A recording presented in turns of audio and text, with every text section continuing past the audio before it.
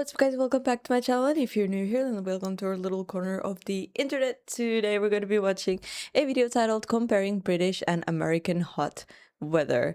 I think I am currently living in Spain. The summers get hot here.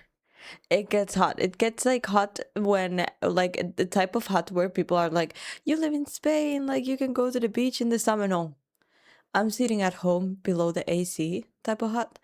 And I think America gets hot, but even hotter than here, which is absolutely wild. I'm not sure though. But British hot air, I don't know. I don't know if it gets hot in the summertime, honestly. I don't know. I think it's more similar to Finland.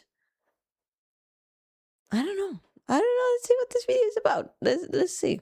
The year was 1913. The place, Death Valley. And this was not the beginning of a vampire novel. Hello, I'm Lawrence, and I'm on a quest to uncover all of the memos that Britain and America lost in the pond, and one of those memos pertains to heat waves. Both countries have experienced their fair share of them over the centuries. As someone who orbited the sun 26 times while living in Britain, I vaguely recall some of my homelands. I say vaguely because the thing about heat waves is that they don't linger in the memory like a blizzard or a hurricane. They don't yield shaky YouTube videos or Michael Bay set pieces. They're just a period of perspirational misery. In 2006, Britain experienced its hottest ever July, with the thermometer soaring to what I thought was a quite ridiculous 99 degrees Fahrenheit. One night... 99 degrees Fahrenheit. What is that in Celsius? 99 degrees Fahrenheit. I think that must be like 40 degrees, no? 99 degrees Fahrenheit in Celsius. Celsius is... I don't know how to... 37.2. Yeah, it does get like hotter in Spain. Like at a few degrees hotter. My wife and I camped out in my brother's living room in London. What happened next was a lesson in why you should never sleep on a blow-up mattress atop a flat in 99-degree heat in a country where AC is fiction. Rumour has it that our sweat still haunts the ceiling. But what is a heat wave? A heat wave is not just a case of hot weather.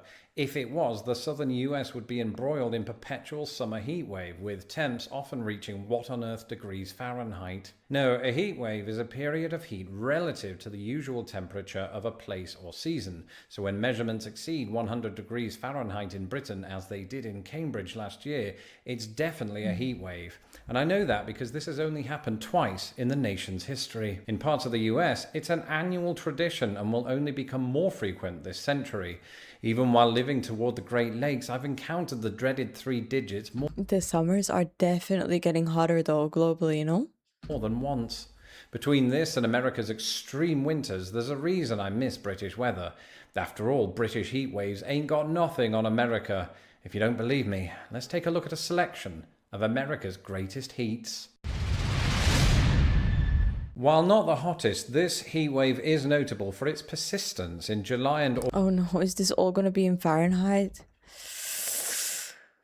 August of 1896, it impacted several popular cities such as New York, Boston, and Chicago over a period of 10 days. That's 24 hours longer than Michelle Phillips was married to Dennis Hopper. During those 10 days, the temperatures in those cities remained above 90 degrees Fahrenheit, even at night. Worse still, the humidity was about 90%, and this was in the days before aircon and... Okay, so 90 degrees is like 36 Celsius, 35 Celsius. That's hot at night. Ben and Jerry's Chunky Monkey. Before entering into a bet with William Howard Taft over Ben and Jerry's Chunky Monkey is not very good, by the way. who could rock the best presidential facial hair, Teddy Roosevelt was New York City Police Commissioner. During the heat wave, he dished out ice creams to residents, which leads me to think he might have missed his true calling in life. To my mind, the world was truly robbed of mustachio-flavored ice cream. What is mustache? Just as 2020 feels like a runaway train that's devoured 12 bottles of Dennis Hopper, 1936 felt the same way, but in black and white. America was in the throes of its worst ever depression. The Dust Bowl continued to engulf the Great Plains, and the nation endured one of its worst heat waves in modern history. The year's one bright spark was when Olympian Jesse Owens stormed to 4 gold medals in front of German Chancellor and ardent snowflake Adolf Hitler. But even as that was happening, temperatures in multiple states had exceeded 100 degrees for more than 10 consecutive days. Wait, 100 degrees? That's like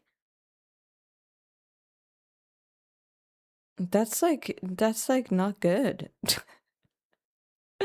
That's like not good. What is that in Celsius? It's 37. Oh, 37.8. Okay.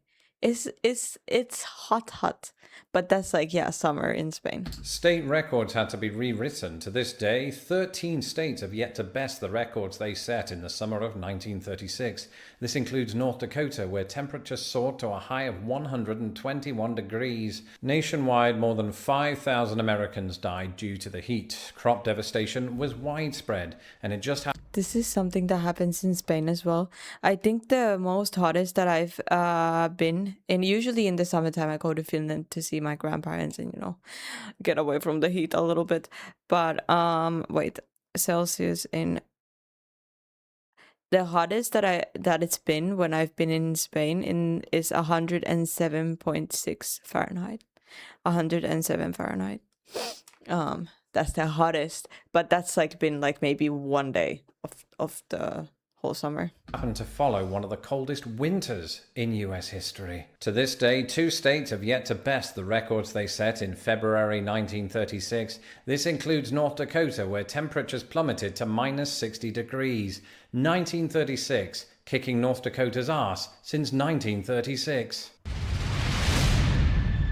In the early 50s, Gene Kelly was singing In the Rain. This would have been a huge kick in the teeth to people in the central United States because a persistent and record-setting heatwave was wreaking havoc there. Some areas experienced worse drought than during the Dust Bowl. In 1954, the year of Dennis Hopper's first television appearance, 11 states endured 22 days of 100-plus weather, and the Super Soaker 50 was still the stuff of a madman's dreams. In July of that year, my current state of Illinois recorded its highest ever temperature, with the thermometer reaching 117 degrees in East St. Louis.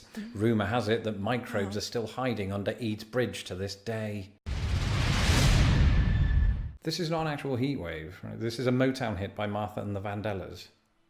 Yeah, it's a great song, but we don't have the rights to it. Can we skip to 88? Thanks. In America, 1988 is remembered less for its heat wave and more for the droughts it exacerbated.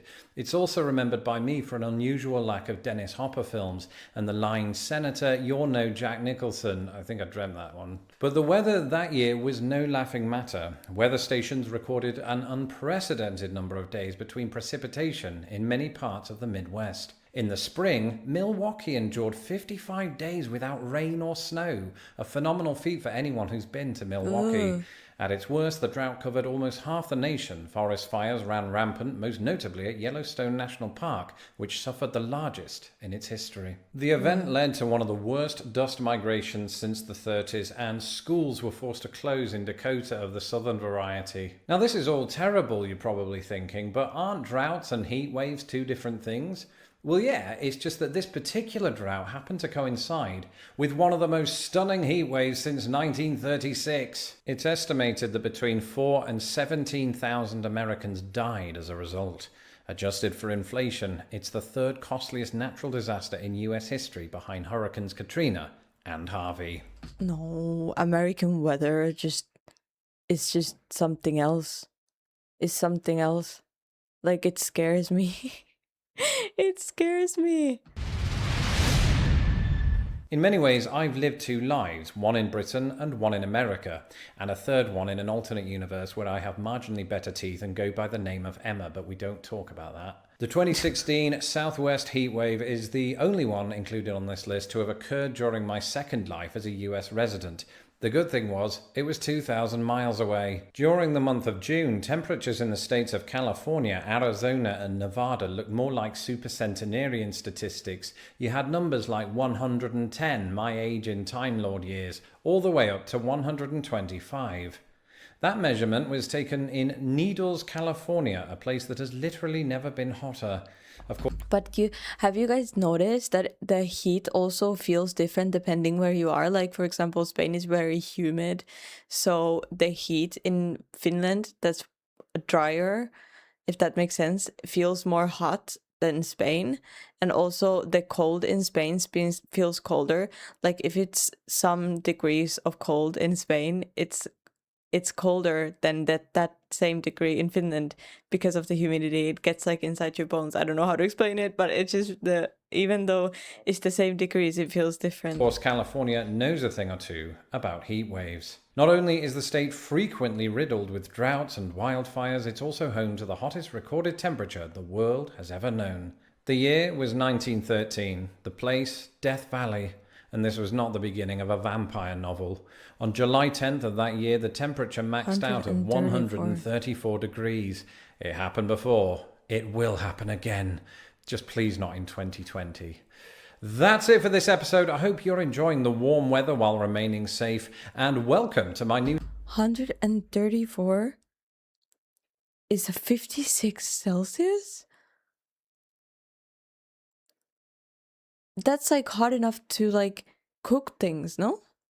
studio, which is still a tad echoey. We're going to get a rug down here and some extra acoustic panels. Either way, this was made possible by my patrons. If you'd like to support this channel and watch it grow like a giant redwood, you can do so at patreon.com/lostinthepond.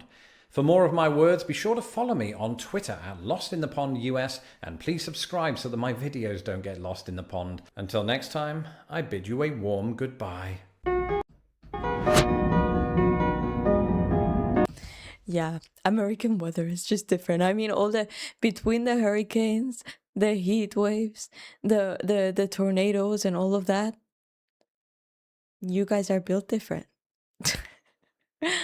But guys, thank you so much for joining me for this video. I really hope you enjoyed it. Please let me know in the comments below some stories of how you got through a heat wave, and how hot does it get in your state in the summertime. I would love to know. Asking for a friend. And yeah, please leave a like, subscribe if you haven't yet, and I'll see you guys in the next video. Bye.